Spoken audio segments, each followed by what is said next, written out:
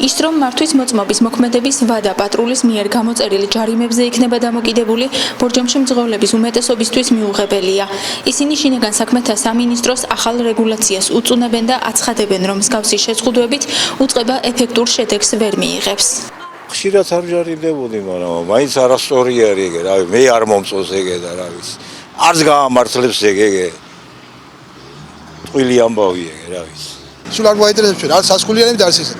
ჩვენ ყველაფერს უცხლებთ საერთოდ, მაგრამ არის გამომარება, რომ შეიძლება ისასკული არ იყოს ერთ წელიწადში, ყოველ წელიწადს პროვები უნდა წონო კაცო, რა არის, რა ის არის. შეზღუდებით და ასეთი რაღაცა ახალი რაღაცების შემოტანით უნდათ გააძლიერონ რომ კონტროლი და ასწავლონ ჭკუა ის დამრღვევებს. როგორ ფიქრობთ, ეს მექანიზმი თუ გაამართლებს და შეამცირებს დარღვევებს? დარღვევებს ვერ შეამცირებს.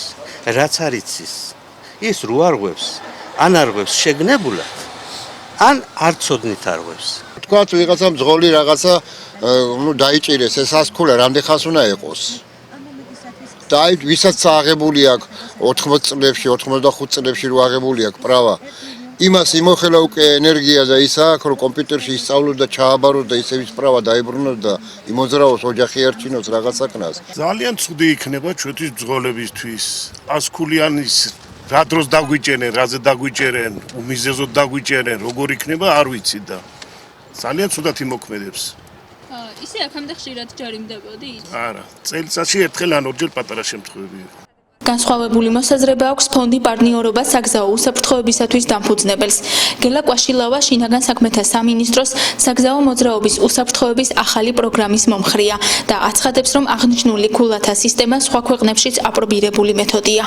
მნიშვნელოვანია პრევენცია, მნიშვნელოვანია სხვადასხვა ესეთი ტიპის ღონისძიებების განხორციელება, რათა მძღოლებმა თავიდანვე იცოდნენ, რომ მათ არა მარტო ფინანსური ვალდებულება დაეკისრებათ, არამედ პირდაპირ ჩამოერთმევათ გარკვეული ასეთი მრავალი დარღვევის შემდეგ ეს მართვის მოწმობა და არ ექნება საშუალება ამოისყიდონ ეს. ფაქტიურად შესყიდვა ხდებოდა მართვის მოწმობის ისევ თავიდან, რაც არასწორი პრაქტიკაა. და ეს ზუსტად ესეთი თანამედროვე პრაქტიკის დანერგვაზეა საუბარი ამ შემთხვევაში, რაც დარწმუნებული ვარ ცალსახად, რომ მნიშვნელოვნად გააუმჯობესებს გზებზე უსაფრთხოებას.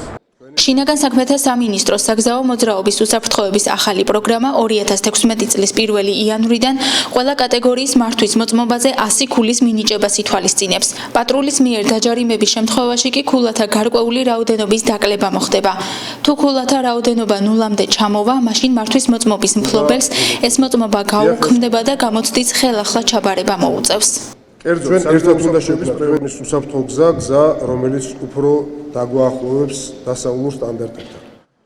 ზემოაღნიშნული მიზნებისთვის ჩემ გუნდთან ერთად ვიმუშავებ საკანონმდებლო ცვლილებების პაკეტზე, რომელიც დღეს საქართველოს მთავრობამ დაამტკიცა და თუ კი პარლამენტიც მოიწონებს, მისი იმპლემენტაცია უმოკლეს ვადებში რო ხდება.